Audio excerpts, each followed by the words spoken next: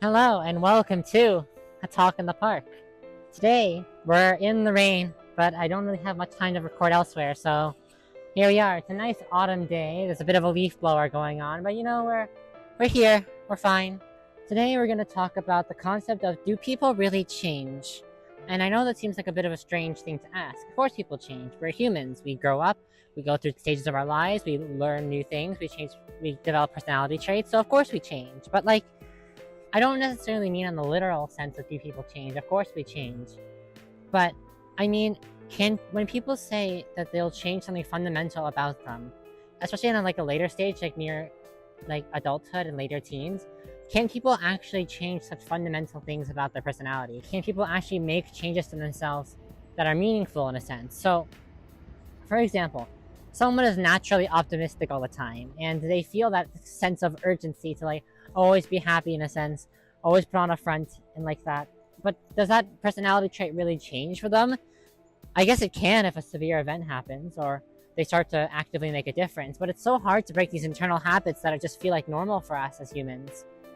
For example, in my case, I'm a bit of a perfectionist. I have severe anxiety over getting everything right, doing everything super well, and whatnot. And it's only over the course of 5, 6 years that I've somewhat gotten over that in a sense. I don't feel like everything needs to be perfect. But I am still a perfectionist at heart. I want to do the best things I can do. I want to make sure to do I want to make sure to do the things that I do right. So it's not that I've changed from being a perfectionist. I'm just less so of one now, and I've managed it a bit better. And unless you have the motivation and means to make a change for you, I don't think humans really have that ability to change such a fundamental truth. Let's think of a different example.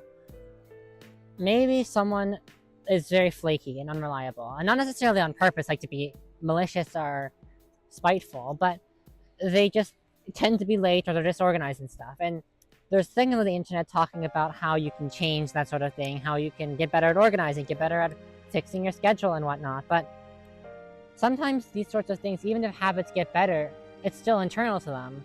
And that raises the question, is it nature versus nurture? Are we born with different personality traits that stick with us through life? Or is it something we pick up based on our upbringing and our learning? Do we learn these traits from potentially our caregivers or people who were around a lot when we're younger? I don't know the answer to that question because neither do a lot of scientists. It's a constant debate about nature and nurture, and depending on how this sorts of interactions apply. Why bother doing the effort of trying to change someone, theoretically? Change a personality trait or change a quirk about them if they can't change or they won't. If you're both motivated to make the change, does that mean it can happen if you put the work in? I also don't know, honestly. It's a tough balance that people have, and let alone relationships where you're putting two people together who seemingly are very different from one another, yet they can still get along in a sort of relationship way.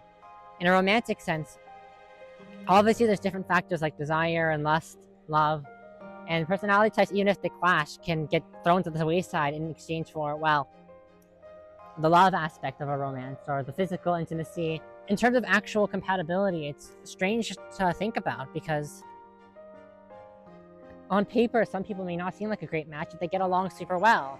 Even if different interests, hobbies, personalities, ways of dealing with conflicts, they can still make it work. Whereas two people who seem like they'd be a perfect fit for each other, they have similar mannerisms, behaviors, interests, and whatnot, and they get along super well, might not actually be the perfect romantic partners because they're just missing something. They aren't different enough that drives them to change, in a sense. So, is the drive to change strong enough as motivation to actually enforce a change? Or does the change itself create a motivation? It's a psychological, philosophical debate that is just a question I wanted to ask, really. If you're looking at the relationship as a whole from the inside perspective, obviously it will seem different. If you love the person, regardless of different things, you can either tolerate or you actually enjoy their quirks and whatnot, that's great. And I think that's a wonderful thing, but I don't know why. Just something inside me makes me feel like almost this anxiousness or even envy at times. Or when people get in relationships seemingly out of the blue, just because it just happened to work out that way. You met someone that worked out, you met someone that it fit perfectly for you, you talked a while, and then all of a sudden it's together. And I'm not a type of bitter person to be like, wham, my friends are in relationships and now I'm gonna be angry at them for it. No. It still makes me wonder these different things about how will it be for me or other people around me too, or will those relationships even last, or is it just a surface on the front? They could be putting on a facade to try to pretend to be like they're in a strong relationship. But at the end of the day, it's like whatever makes them happy, and I think that's what matters. If you can find happiness with certain people or find happiness within your connections, I don't think you need to change. But change is always, I would say change is always good, but it's not really either. Only when it feels like it's necessary, because a life without change is not a life at all. That sounds super pretentious of me, but let me explain. If you don't grow or change anything about yourself throughout time as it goes on, then you're just the same stagnant figure that you were before. Humans have a life expectancy of 80, like in first world countries, I mean. And that sort of life expectancy, 80 years is a long time, and it can even go for longer than that. So if you're with the same person and you act the same way and you have the same interests for 60 something years, I don't see how you can find happiness in that. And if you can, great, but for me, I don't think I could stay the same for 60 years. It's just an internal thought, I guess. That's the whole point of this Talk at the Park series, just to talk about things I'm interested in, talk about things I actually feel, and maybe I'm just talking in circles, honestly, at this point. It doesn't really change anything in my day-to-day life, and as ironically, the change is not actually there.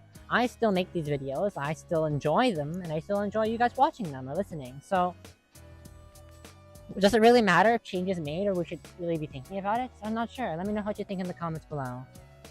But all in all, I think change is good. I think it's important to make changes. And when I was younger, I didn't always think that. I was very anxious about all sorts of big scale changes happening in my life that I was not in control of. But if you actually feel like you can be in control or in semi-control of the changes, I think it's worth a shot. Try new things in life, experiment, expand outside your normal comfort zone. That's what I like to think. So that's been a Talk in the Park. I'll try to get out of the rain. It's thankfully let up a little bit, and we'll see you all next time. Goodbye.